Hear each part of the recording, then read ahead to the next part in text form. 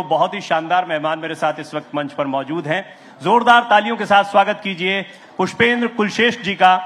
बहुत ही चिरपरिचित चेहरा है और आप इनके वीडियोस को खूब पसंद करते हैं, खूब वायरल होते हैं और इसी तरह से वायरल आजकल हो रहे हैं विष्णु शंकर जैन साहब। ज्ञानवापी हो, संबल हो, ऐसे कई मामलों में वैसे तो वो अधिवक्ता हैं, वरिष्ठ वकील हैं, लेकिन साथ ही साथ में उन्होंने इन मुद्दों को उठाया। जामा मस्जिद का मुद्दा उठाया, बहुत चर्चा में आए।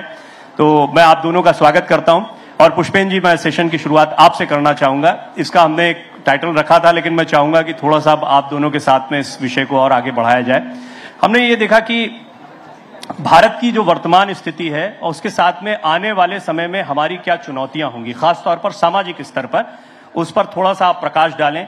आप धर्म विषयक और कई ऐसी बातें जिसमें हम देखते हैं कि युवा हमारा सही मायनों में इन चीजों को समझ पाए, धर्म और राजनीति के बीच के भेद को भी समझ पाए, उस पर भी आपने काफी प्रकाश डाला है। तो मैं चाहूंगा आप चुनौतियों को किस तरीके से देखते हैं और उस पर आपके विचार क्या हैं। बहुत बहुत धन्यवाद, आपने हमें बुलाया, ऐसे विषय को भी इस किस्म के प्रोग्राम में इंक्लूड किया, इसके लिए भी आपका धन्यवाद। जो सबसे बड़ी चुनौती है वो चुनौती यह है कि भारतीय सनातनी हिंदू समाज को पिछले कम से कम 70-75 साल से झूठ बोलने और झूठ सुनने की आदत पड़ गई है। और हमने इतना झूठ बोला है कि हम झूठ को आज सच मानते हैं और बड़ी ताकत के साथ पब्लिकली उसको प्रचार भी करते हैं। उसकी एक बड़ी वजह यह है कि जब आपके पास इंफॉर्मेशन किसी चीज की, मैं आप लोगों से गुजारिश करूंगा, आप बहुत सुधी श्रोता हैं और विश्वास करिए, इसको गौर से सुनिए, ये आपके काम का है, ये बात आपके लिए कही जा रही है। आप भविष्य हैं इस देश का और आप लोगों को पुष्पेंद्र जी को सुनना चाहिए। ये जो बातें, जो विषय वो आपके सामने रखते हैं ना, इसका सरोकार इसी बात से है कि आप लोगों की जहनियत, आप लोगों की सोच आगे क्या विकसित होती है। मेरा निवेदन है आपसे कि कृपया ध्यान से सुने। धन्यवाद। नहीं, मेरा कोई विचार नहीं है, ये मैं पिछले 10-15 साल से लगातार कह रहा हूं, हम कोई विचार नहीं दे रहे, ना हमारा कोई विचार है भाई, ना हमारी कोई आइडियोलॉजी है। हम सिर्फ आपसे एक ही बात कह रहे हैं कि इस दौर में, इस संचार क्रांति में इंफॉर्मेशन जो है सबसे सस्ती है। हम लोगों के दौर में इंफॉर्मेशन महंगी थी, महंगी किताबें खरीदनी पड़ती थी, पैसे नहीं होते थे और कुछ लिमिटेड लोगों के पास ही वो चीजें होती थी। आज संचार क्रांति में अगर करेक्ट इंफॉर्मेशन आपके पास होगी तो आपका आर्गुमेंट स्ट्रांग होगा। इससे पहले जो डिबेट हो रही थी यहां पर, उससे कुछ बदलने वाला नहीं है। दोनों महा हाई लेवल के झूठे हैं। इसलिए जिस भारत की बात हम बार बार करते हैं, सरकारें 15 अगस्त 1947 को भारत आजाद हुआ है, आजादी में हमारे यहां स्पीचें भी दी जाती हैं। आज तक दुनिया के किसी डॉक्यूमेंट में 15 अगस्त 1947 को भारत आजाद हुआ है, ऐसा कोई डॉक्यूमेंट ना भारत में है ना ग्रेट ब्रिटेन में है। और बहुत लोग जानते भी हैं, लेकिन हमारे यहां यह डर है कि एक जो बना बनाया सेट नैरेटिव बन जाता है और कोई बहुत पद पे बड़े बैठने वाला आदमी जब उसको कह देता है तो उसको, उसके सामने सच बोलने की हिम्मत नहीं जुटा पाते हम लोग। 15 अगस्त 1947 को ग्रेट ब्रिटेन के प्रधानमंत्री क्लेमेंट एटली के कैबिनेट की मीटिंग के अंदर लिखा हुआ है कि 15 अगस्त 1947 it was a transfer of power. सत्ता का हस्तांतरण आजादी नहीं होता है, लेकिन 2024-25 आ गया है, हम उसे आजादी मानते हैं। इसलिए बहुत सारी ऐसी इंफॉर्मेशन है कि जिसे आप करेक्ट कर लेंगे तो लोगों को थोड़ी देर के लिए लगेगा कि साहब ये लिए जो कहां से आ गए, कहां से इंफॉर्मेशन लेके आ गए। तो आज डॉक्यूमेंट अवेलेबल है और ज्यादातर चीजों को मैंने फेसबुक पे इसलिए डाला है कि लोग मुझ पे क्यों यकीन करें। मैं उस डॉक्यूमेंट की फोटोकॉपी करा के अपने फेसबुक पेज पे डालता हूं और फिर कहता हूं कि आप इसको दोबारा से रीचेक कर लें। ऐसे ही बहुत सारे झूठ बोले गए जैसे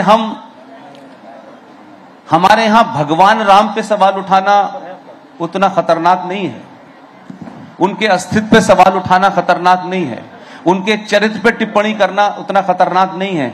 लेकिन इस देश में गांधी जी के ऊपर अगर कोई सच भी बात कह रहा हो तो अंध भक्तों की इतनी बड़ी भीड़ है कि वो आपको पागल कर देंगे। गांधी जी, दो बातें सिर्फ कहना चाहता हूं उनके बारे में। गांधी जी आज भी उनका एक भजन है, जिस भजन को हम सुनते हैं, रघुपति राघव राजा राम। उस भजन को इस देश के एक बेहतरीन ब्राह्मण पंडित लक्ष्माचार्य जी ने लिखा था, उन्होंने गाया था। उस पूरे भजन में ईश्वर अल्लाह तेरो नाम सबको संपत्ति दे भगवान, ये लाइन ही नहीं है, लेकिन हमारे राष्ट्रपिता का वो गीत है। गांधी जी का दूसरा जो मेरा सवाल है कि 1946 में 4-5 घटनाएं घटी हैं जो हिस्ट्री के किसी जगह उस क्रोनोलॉजी में नहीं दी हैं। अगर आपको 50 साल बाद पता चले कि जिसे आप अपना आदर्श मानते थे, बहुत महान आदमी मानते थे, वो बड़े हैं, उम्र से बड़े हैं, उनका सम्मान होना चाहिए, उनके नाम के साथ कोई भद्दी बात नहीं कहनी चाहिए। लेकिन जिस सनातन सभ्यता को मैं मानता हूं उसमें कहा गया है कि उम्र से बड़े लोगों ने अगर कोई बात गलत कही है तो पूरे सम्मान के साथ, शब्दों की मर्यादा के साथ उस बात को कहना चाहिए। कोई जरूरी नहीं है कि उनके बारे में अशब्द कहे जाएं फिर उनकी बात कही जाए। 1946 की एक घटना है और वो ऑन रिकॉर्ड है। उसमें से 6 घटनाएं हैं, 6 में से आखिरी घटना बताता हूं। जनवरी 1946 में भारत की जो प्रांतीय असेंबली थी उनके चुनाव हुए और वो चुनाव हिंदू मुसलमान के प्रदेश में हुए। कोई 1585 सीटें थी, उसमें से 492 सीटें मुसलमानों के लिए रिजर्व थी। मुस्लिम लीग का नारा था हर कीमत पे लेंगे पाकिस्तान, मर मर के लेंगे पाकिस्तान, और कांग्रेस पार्टी का नारा था भारत के लिए। चुनाव हुआ, 15 प्रांतीय असेंबली से 885 सीटें कांग्रेस को मिली। 492 रिजर्व सीटों में से 429 सीटें मुस्लिम लीग ने जीती। तो मुस्लिम लीग ने 1940 में लाहौर में यह अधिवेशन में पास कर दिया था कि हमें कंप्लीट पाकिस्तान चाहिए, और यह लाहौर में मुस्लिम लीग का अधिवेशन था जिसको मोहम्मद अली जिन्ना ने प्रिसाइड किया। तो मुसलमानों को लगा कि इस देश में हम चुनाव के माध्यम से पाकिस्तान नहीं ले सकते। मार्च में क्लेमेंट एटली के द्वारा भारत में कैबिनेट मिशन प्लान आया।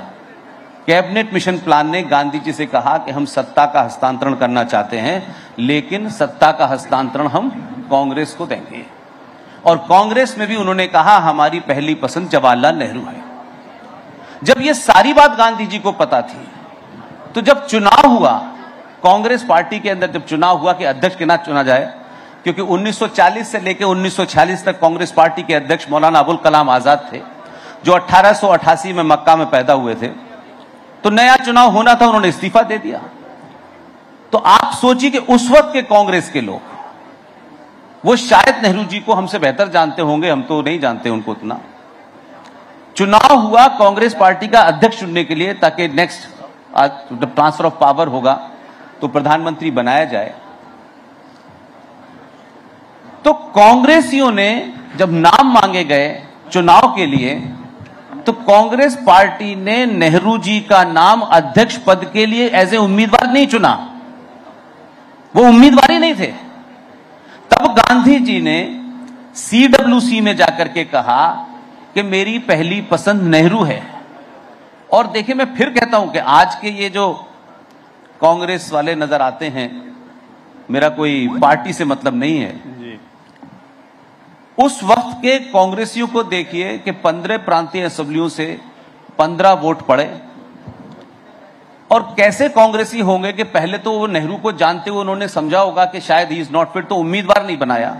और जब वो उम्मीदवार बन गए तो 15 प्रांतीय असेंबली के वोट पड़े उसमें से 1 वोट इनवैलिड हुआ, 2 वोट एक पट्टाभी सीतारमन को मिला और 1 जो आचार्य जेबी कृपलानी को मिला, और 12 के 12 वोट सरदार पटेल को मिले।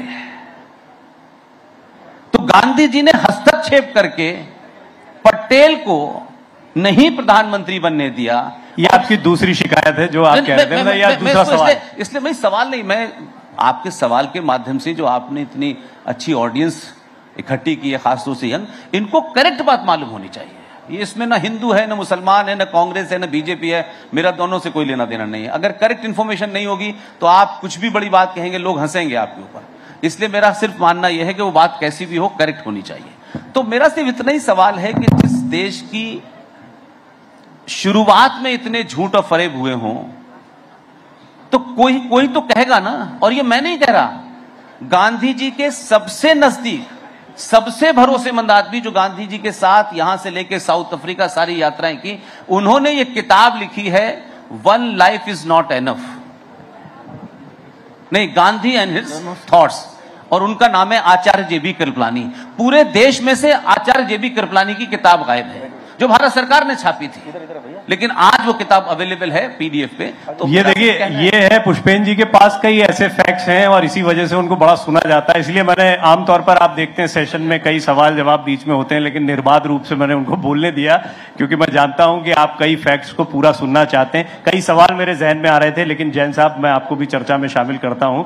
इतिहास को ही खंगालने में आपने अपने तरीके से एक प्रयास किया, उसकी आलोचना भी होती है, उसका बहुत सपोर्ट भी होता है, बहुत समर्थक भी आपको मिले, लेकिन आलोचनात्मक ये भी आया कि भाई क्यों हर जगह खुदाई करना है, हर जगह क्यों आपको मंदिर ढूंढना है, हर मस्जिद के नीचे एक मंदिर क्यों ढूंढना है, तो आप ऐसी आवश्यकता क्यों महसूस कर रहे हैं और इससे हम कहां जा रहे हैं? देखिए, सबसे इंपॉर्टेंट बात यह है कि हम सारे लोग रूल ऑफ लॉ से गवर्न हैं, और जो भी सुप्रीम कोर्ट ने जजमेंट दिया है वो हम सबके ऊपर बाइंडिंग है, और मुझे लगता है उसमें कोई पॉलिटिक्स भी नहीं हो सकती है। तो जब राम मंदिर का पूरा ये मसला सुप्रीम कोर्ट के सामने था, तो उसमें one of the core issues supreme court के सामने ये भी था कि क्या मंदिर तोड़ने से देवता का अस्तित्व समाप्त हो जाता। ये वन ऑफ द बहुत फंडामेंटल इश्यूज सुप्रीम कोर्ट के सामने था, और सुप्रीम कोर्ट की 5 जज की बेंच ने यूनानिमस फैसला दिया है, जिसमें सुप्रीम कोर्ट ने ये होल्ड किया है, पैराग्राफ 115, 116, 117 पढ़ लें, और उसका हेडिंग भी है, हिंदू डेटीज ए ज्यूरिस्टिक पर्सनैलिटी। और सुप्रीम कोर्ट ने कहा है कि मंदिर तोड़ने से देवता का अस्तित्व समाप्त नहीं होता है। सबसे इंपॉर्टेंट पॉइंट। तो जब आप, सबसे बड़ी दिक्कत यह है कि अगर कोई व्यक्ति इस देश में बैरिस्टर है और वो ये कहता है once a Waqf always a Waqf, once a mosque always a mosque, तो हम लोग उसको क्वेश्चन करने की भी स्थिति नहीं रखते। हमें लगता है जो कह रहे हैं सही है। पर अगर हिंदू समाज का कोई व्यक्ति, कोई वकील न्याय के आधार पे, तर्क के आधार पे, लॉजिक के आधार पे, धर्मशास्त्र के आधार पे कहना चाहता है टेंपल ऑलवेज अ टेंपल, मंदिर तोड़ने से देवता का अस्तित्व समाप्त नहीं होता है। प्लेसेस ऑफ वर्शिप एक्ट, वो तो आपके सामने तो हमेशा वो रखा जाता है। मैं बता रहा हूं। तो सबसे इंपॉर्टेंट बात यह है कि हमसे पूछा जा रहा है सवाल कि आप मंदिर क्यों ढूंढ रहे हैं। सवाल उनसे पूछना चाहिए कि ज्ञान व्यापी में शिवलिंग के ऊपर वजू क्यों हो रहा है और ये वजू क्यों ना रुके। आज मेरे शिवलिंग के ऊपर वजू होता रहे, और यहां पे अभी आपसे पहले सेशन में 2 लोग बोल के चले गया कि वकीलों को खड़ा कर देते हैं, ऑर्डर हो जाता है, दूसरे कह रहे हैं खुदाई हो जाती है, और हमारी इस पूरी लड़ाई को, जो मतलब सदियों की लड़ाई, पीढ़ियों के पीढ़ियां खप गई, हजारों लोगों ने अपना बलिदान दिया, आज उस बलिदान को अगर हंसी मजाक में उड़ाना है तो ऐसी बातें करके आपके मंचों से चले जाते हैं। मैं पूछना चाहता हूं आज आपके माध्यम से, काशी में हम लोगों ने सर्वे किया और जो बोला वही हुआ, वहां पे बाबा मिले, शिवलिंग बरामद हुआ, उस पर वजू रुका। क्या ये बात उठनी चाहिए कि नहीं उठनी चाहिए? क्या इस देश में सिर्फ जीडीपी कितनी है, ब्रिज कितने बनेंगे, डेवलपमेंट कितना होगा, नौकरी कितनी मिलेगी, इसके ऊपर बात हो, पर जो हमारी आत्मा का केंद्र है, हमारी आध्यात्मिक ऊर्जा के केंद्र है बाबा विश्वनाथ, उनके शिवलिंग पे वजू होता रहे, उसके लिए कोई कार्रवाई नहीं होनी चाहिए? मैं आपसे पूछना चाहता हूं, मथुरा श्री कृष्ण जन्मभूमि में हमारे आराध्य, हमारे योगेश्वर श्री कृष्ण की मंदिर तोड़ दी, मूर्तियां उठा के आगरा की जैनारा मस्जिद की सीढ़ियों के नीचे दबा दी कि जब वो नमाज पढ़ने जाए उस पर कुचलते हुए जाए, इसके ऊपर आवाज नहीं उठनी चाहिए? मैं आपसे पूछना चाहता हूं कि कुतुब मीनार में लिखा हुआ है कि 27 जैन मंदिर और हिंदू मंदिर को तोड़ के उसके मलबे से कुव्वतुल इस्लाम मस्जिद बनाई गई है, तो क्या इस आजाद भारत में अपनी अस्मिता को, अपने सम्मान को वापस लेने की कवायद नहीं होनी चाहिए? मैं आपसे पूछना चाहता हूं कि वक्फ एक्ट 1995 क्या इस देश में मुद्दा नहीं है? आप हजारों एकड़ वक्फ संपत्ति करते चले आ रहे हैं, भारतीय पार्लियामेंट को भी कह रहे हैं कि वक्फ है, हमें रेंट दो, और इसके ऊपर बात नहीं होनी चाहिए। नहीं जैन साहब, मैं तो आपके साथ खैर डिबेट के दौरान भी इन मुद्दों को उठाया है और आपको सुनते रहे हैं लोग, लेकिन पुष्पेंद्र जी अब आ गया हमारा आज का जो मुद्दा है मूल। ठीक है, यहां तक बातें ठीक है, धार्मिक भावनाएं, आपने इतिहास के कुछ तथ्यों को रखा, वो भी महत्व। मेरा ये कहना है, एक लाइन बोल के आप पूछ लीजिए। अभी वो 2 पैनल थे महान, अब वो तो जा चुके हैं, मैं इसलिए कह रहा हूँ कि बोलने दीजिए। मैं मतलब हिसाब पूरा करके जाऊं। मैं भी आपसे 2-4 सवाल पूछने वाला हूं। जरूर पूछे सर, आप तो मालिक हैं। आप कमाल, आपका जवाब नहीं दिया तो आप गाड़ी नहीं देंगे घर तक भाई। वो तो राहुल राय के दबाव में कि जाना है, अदालत में मौजूद हूं, आपने आदमी भी ऐसा लगाया है। मेरा सिर्फ एक ही कहना है कि इस देश में हेट स्पीच शब्द जो है बहुत कॉमन हो गया है। आप कुरान मजीद की सूरा नंबर 9 आयत नंबर 5 को कोट करें, जिसमें साफ साफ ये लिखा हुआ है कि जो आपके अल्लाह और अल्लाह के रसूल पे यकीन न लाए, विश्वास न लाए, उसका कत्ल वाजिब है। हम जिस मदरसे से पढ़ के आए हैं उस मदरसे का नाम है अलीगढ़ मुस्लिम विश्वविद्यालय, और वहां ये सब कंपल्सरी था, वहां पढ़ाया गया तो पढ़ लिया हमने। अगर नुपुर शर्मा एक एकेडमिशियन होने के नाते, सुप्रीम कोर्ट की वकील होने के नाते, पढ़ी लिखी महिला होने के नाते, किस पार्टी से है I am not bother for that, उसने अगर ये बोला तो ये हेट स्पीच है। और एक आदमी टेलीविजन पे बैठ करके शिवलिंग को फुव्वारा बता रहा है, ये मोहब्बत का पाठ है। और उस लड़की ने सच बोला तो सच को काउंटर करते पूरे देश में लोग जामा मस्जिद पे चढ़ गए, कोई जम्मू की मस्जिद पे चढ़ गया, सर तन से जुदा, सर तन से जुदा। भाई ये कौन सी प्यार मोहब्बत की बात है? आप बताओ ना उसको टेक्निकली कि आप 5 बार अजान देते हो ला इलाहा इल्लल्लाह मोहम्मद रसूलुल्लाह, इसका मतलब क्या है? अल्लाह और रसूल के अलावा कोई इबादत के लायक नहीं है। भारत धर्मनिरपेक्ष देश है, यहां अलग पंथ के लोग रहते हैं। ये कैसे आप कह सकते हैं कि उनके अलावा और कोई पूजा के लायक नहीं है? मैं कल खड़े होकर कहूं कि राम के अलावा कोई पूजा के लायक नहीं है, तो ये गलत होगा कि नहीं होगा? तो ये एक तरफा हो गया है, क्योंकि वायलेंस ने लोगों को इतना डरा दिया है कि सच मत बोलो, वायलेंस हो जाएगा। ये चीजें तो हमारे सामने है पुष्पेंद्र जी। अभी क्या होना, सामाजिक ताना बाना, मतलब कहां जाएंगे हम? ये सब करके हम कहां जाएंगे? नहीं, कोई ताना बाना का मामला नहीं है। 2 परिवारों में, भाइयों में जमीन का मामला होता है ना, 2 परिवारों में होता है, 2 मोहल्लों में होता है, सालों चलता है। जो लोग इस पूरे डिस्कोर्स को हिंदू मुसलमान का नाम दे रहे हैं वो शातिर मक्कार लोग हैं। अगर विष्णु शंकर जय और उनके पिताजी वही काम कर रहे हैं जो 400 साल पहले अहिल्याबाई होलकर ने किया था, तो अहिल्याबाई होलकर ने जहां किया था उससे आगे ले जा रहे हैं। ये हिंदू मुसलमान का मामला नहीं है, ये लड़ाई सनातन सभ्यता के पुनर्स्थापना का युद्ध है। अगर राम मंदिर आपकी आस्था का केंद्र था, उसकी स्थापना जरूरी थी, तो नालंदा की भी स्थापना जरूरी थी। तो इसलिए मैं इसको हिंदू मुस्लिम नहीं मानता।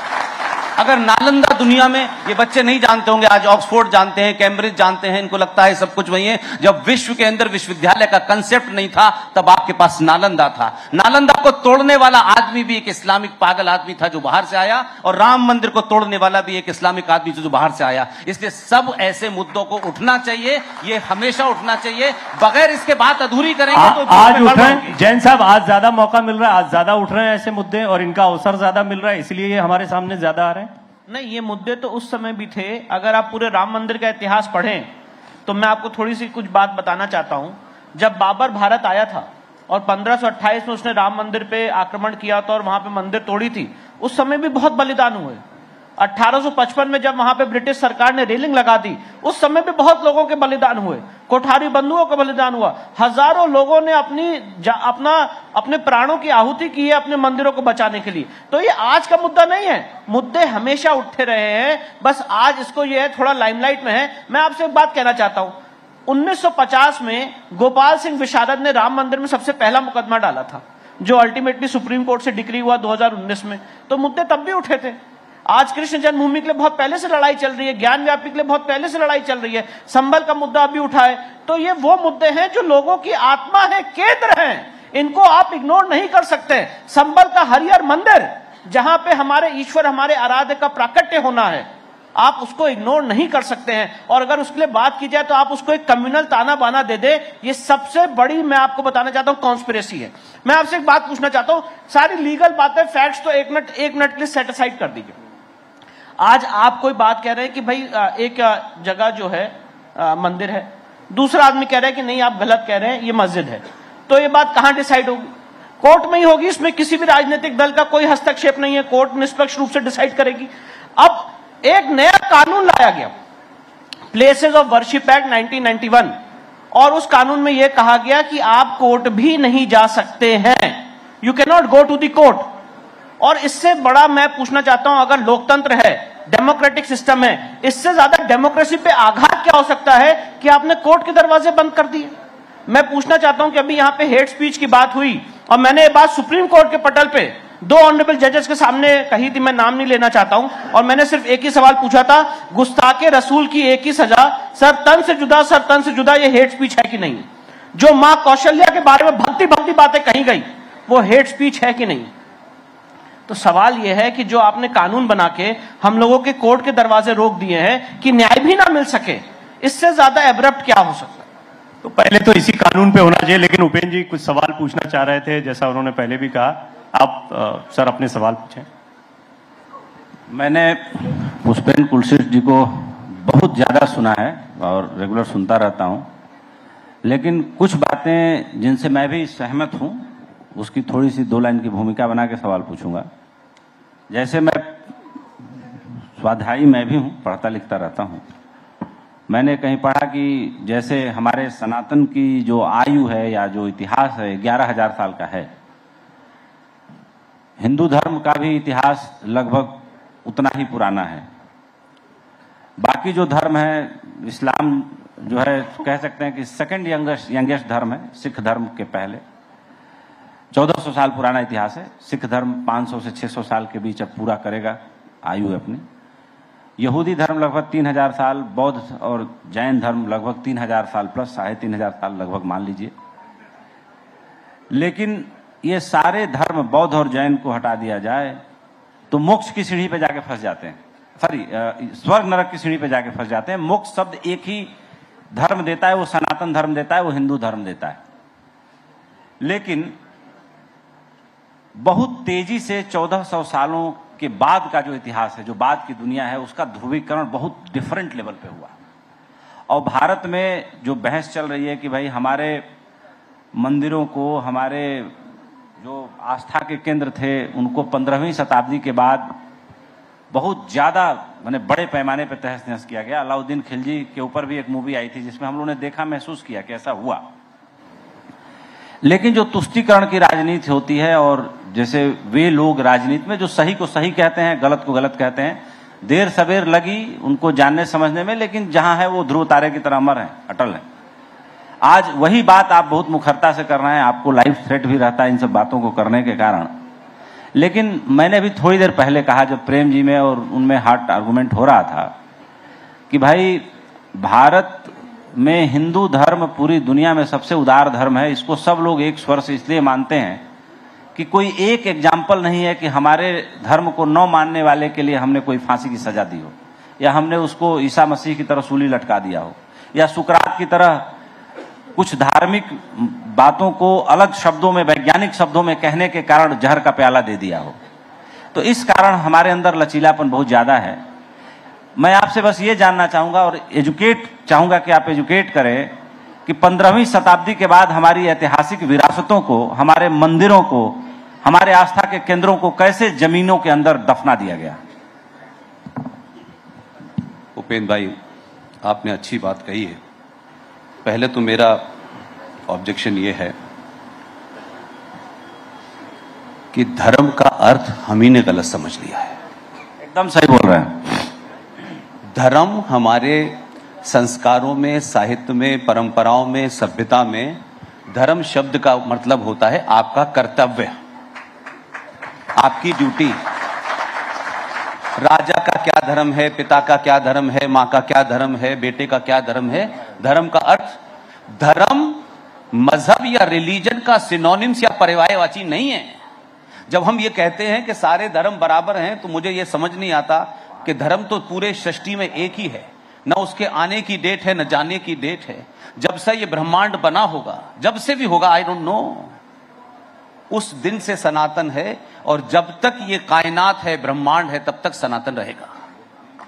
और सिंपल है, इसमें कुछ भी नहीं है। ये मंदिरों की सभ्यता, ये आस्था के केंद्र जिन्हें हमने आस्था का रूप दिया, ये बिल्कुल वैसी बात है कि आप किसी छोटे बच्चे से, जब उसकी उम्र कम होती है, तो आप उससे हर बात जो है बड़ा लॉजिकल, फैक्चुअल नहीं कर पाते, क्योंकि उसके सोचने की, समझने की बुद्धि उतनी नहीं होती है। तो आप उसके साथ कोई नैरेटिव जोड़ देते हो।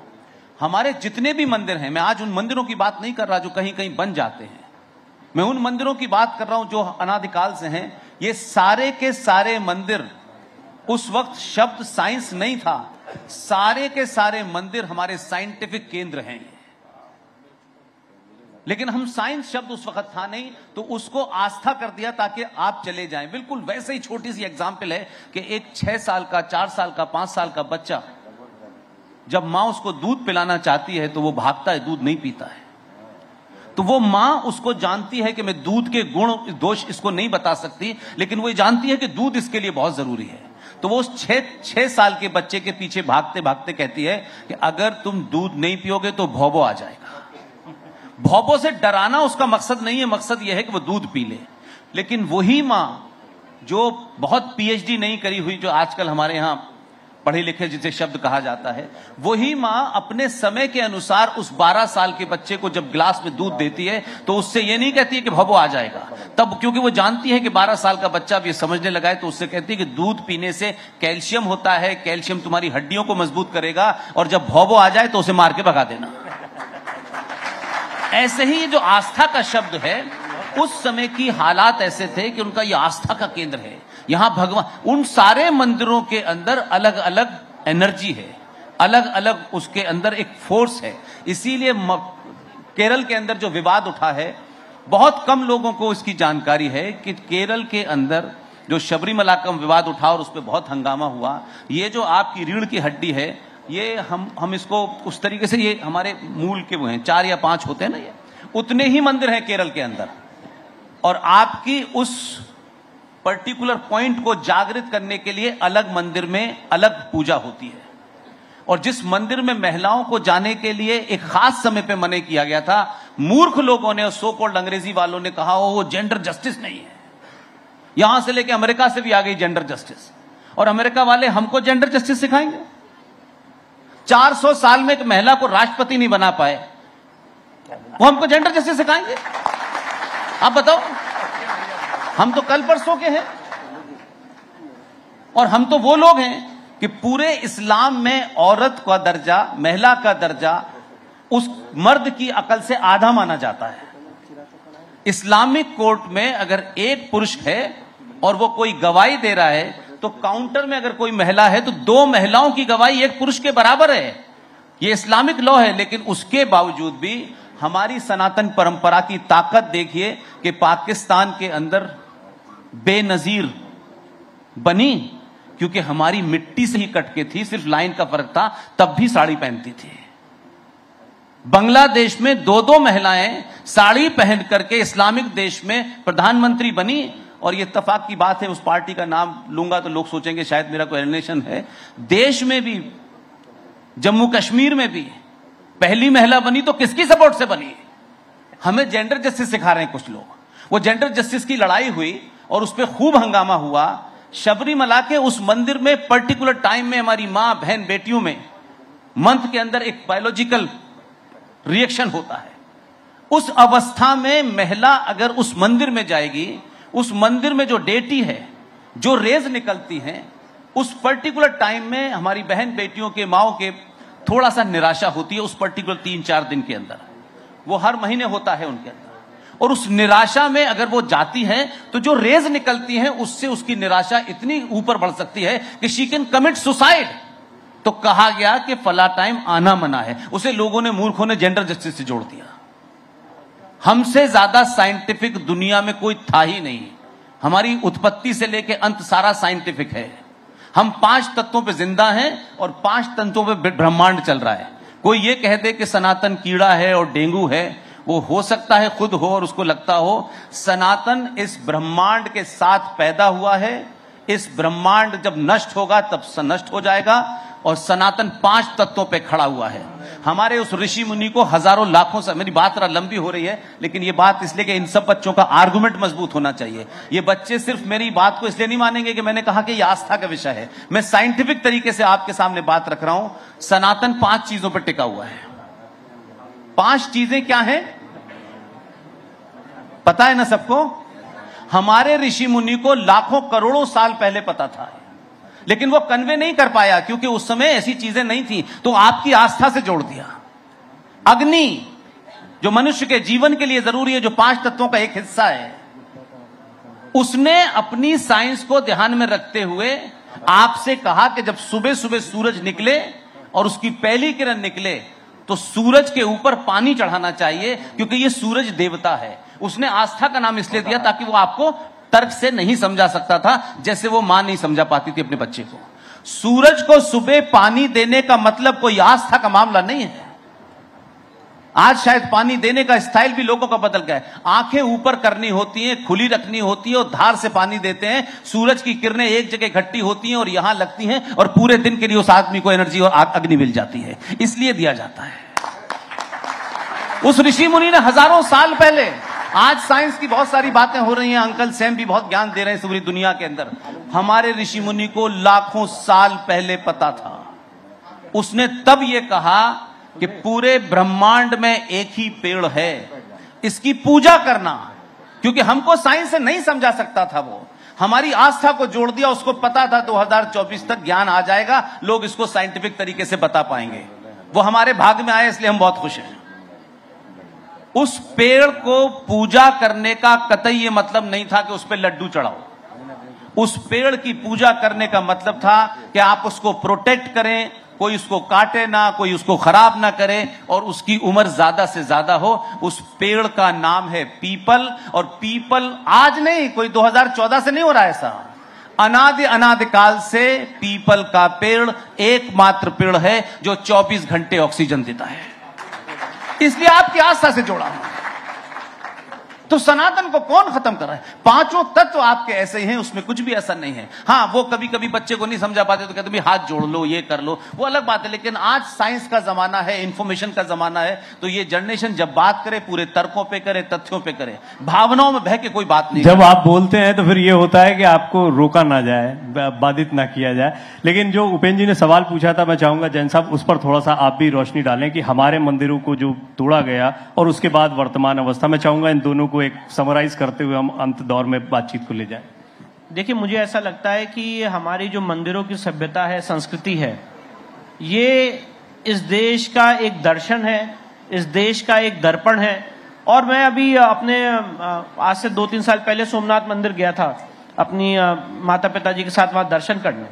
बड़ी इंटरेस्टिंग बात है, वहां पे सोमनाथ मंदिर के अंदर एक एरो लगा हुआ है और वो एरो में लिखा हुआ है कि यहां से लेके साउथ पोल तक एक जमीन का अंश भी नहीं है।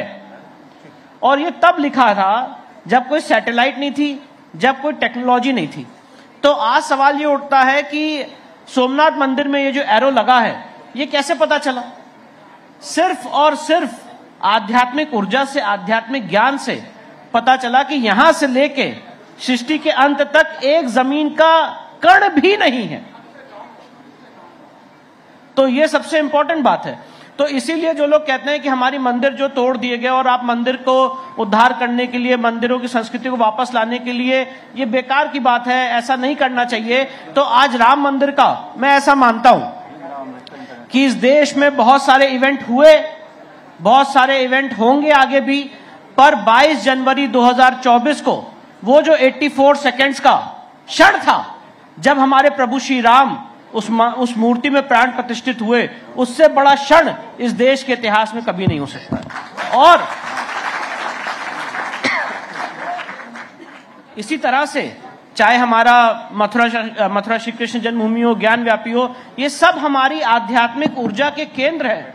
इसलिए जो मंदिरों की सभ्यता है, संस्कृति है, वो सिर्फ मंदिर नहीं है, हमारे कल्चरल सेंटर्स हैं, हमारे एजुकेशनल सेंटर्स हैं, हमारे मिलने जुलने का केंद्र है, हमारी आध्यात्मिक ऊर्जा का केंद्र है। इसलिए लड़ाई बहुत जरूरी है। तो पुष्पेंद्र जी, मैं चाहूंगा कि थोड़ा सा आप संक्षेप में चलते चलते आप इस पर भी रोशनी डालें कि जो वर्तमान समय आया है, इसमें ऐसा लग रहा है आपको कि मंदिरों का रिवाइवल, या जैसे जैन साहब अपने तरह से प्रयास कर रहे हैं कानूनी तौर पर, ये धीरे धीरे इस दिशा में ले जा रहे हैं कि हम एक पुनरुत्थान कह लीजिए, पुनर्जागरण कह लीजिए, हम पुराने दौर में लौट रहे हैं, ऐसी कुछ उम्मीदें आपकी बनती हैं? नहीं, आप पुराने दौर में नहीं लौट रहे, बल्कि जिसे हम पुराना कह रहे हैं वही सबसे आधुनिक है। और मैं फिर कह रहा हूं कि ये कोई किसी के खिलाफ नहीं है।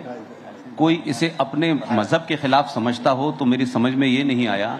इसी इंडिया गेट को अंग्रेजों ने बनाया। उसी इंडिया गेट के अंदर जॉर्ज पंजम की मूर्ति लगी हुई थी और तमाम सारी चीजें अंग्रेज यहां बना के गए। किसी इस देश में किसी ईसाई ने या विश्व के किसी ईसाई ने यह कहा कि भाई ये नाम क्यों बदले जा रहे हैं, ये चीजें क्यों तोड़ी जा रही हैं? तो जब इंडिया गेट के बदलने पे वहां सुभाष की मूर्ति लगी जॉर्ज पंजम की हटा के, तो क्या इस देश के ईसाइयों ने कोई आंदोलन किया? तो ये जो बाबर से लेकर के जितने भी आए थे, अगर इन्हों के नाम बदले जा रहे हैं तो फिर एक नारा बहुत होंगे ये बाबर की औलाद। भाई मेरा कहना है कि अगर आप भारत के हैं तो भारत में अंग्रेजों ने आके कुछ तोड़ा हो या पुर्तगालियों ने तोड़ा हो या इस्लाम, तो उसका तो वापस जाना ही पड़ेगा ना आपको। क्या आप अपने पूर्वजों को मिटा करके नया इतिहास लिख सकते हैं? क्यों गोत्र की परंपराएं आज भी चले जाइए मंदिरों, वहां चले जाइए घाटों पे, लोग आपके पूरे खानदान को बताते हैं, क्योंकि वो आपको एक गौरवशाली क्षण देते हैं। हम ये थे, तब आप नापते हैं कि आज हमने पैंट सूट टाई पहन लिया है, लेकिन बिना टाई पहने, बिना सूट पहने, बिना एनजीओ बनाए चाणक्य ने एक सत्ता को जमीन पे लाके धराशायी कर दिया। हम अपने पास्ट को जब तक नहीं जानेंगे, वर्तमान कभी ठीक नहीं होगा। आप अपनी सुविधा के लिए कहेंगे नहीं 2 चाहिए 3 चाहिए, ये कोई बनिए का सौदा नहीं हो रहा है कि 2 चाहिए या 3 चाहिए। सभ्यता का रिवाइवल पूरा होता है, दुनिया में हो रहा है।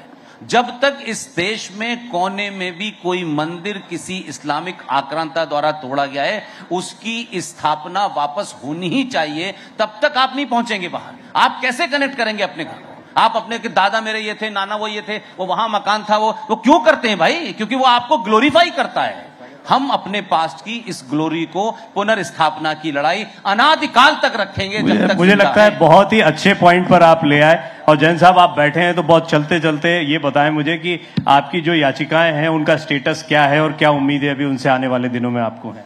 नहीं, अभी तो माननीय सुप्रीम कोर्ट ने 12 दिसंबर को जो सारे इश्यूज हैं उस पर रोक लगा दी है और सुप्रीम कोर्ट ने आदेश पारित किया कि कोई नया केस नहीं दाखिल होगा और जो पेंडिंग केसेस है उसमें कोई इफेक्टिव ऑर्डर पास नहीं होगा।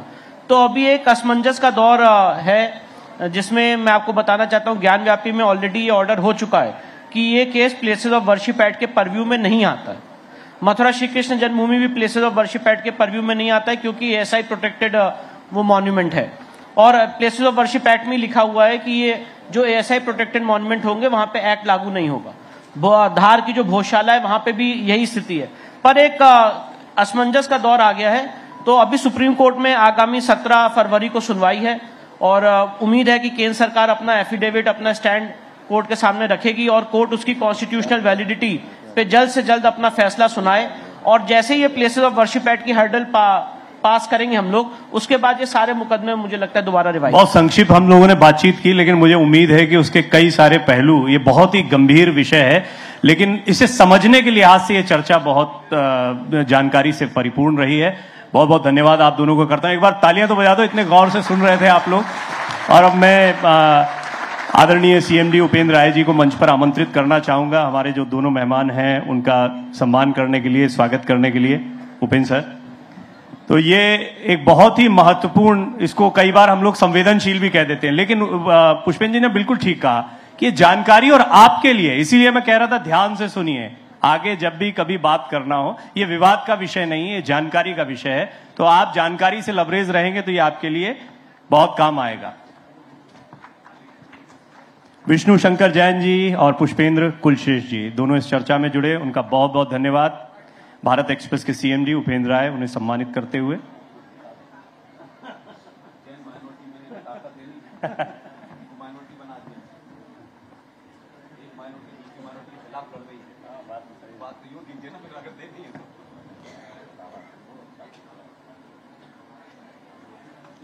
भाई तालियां तो बजाइए।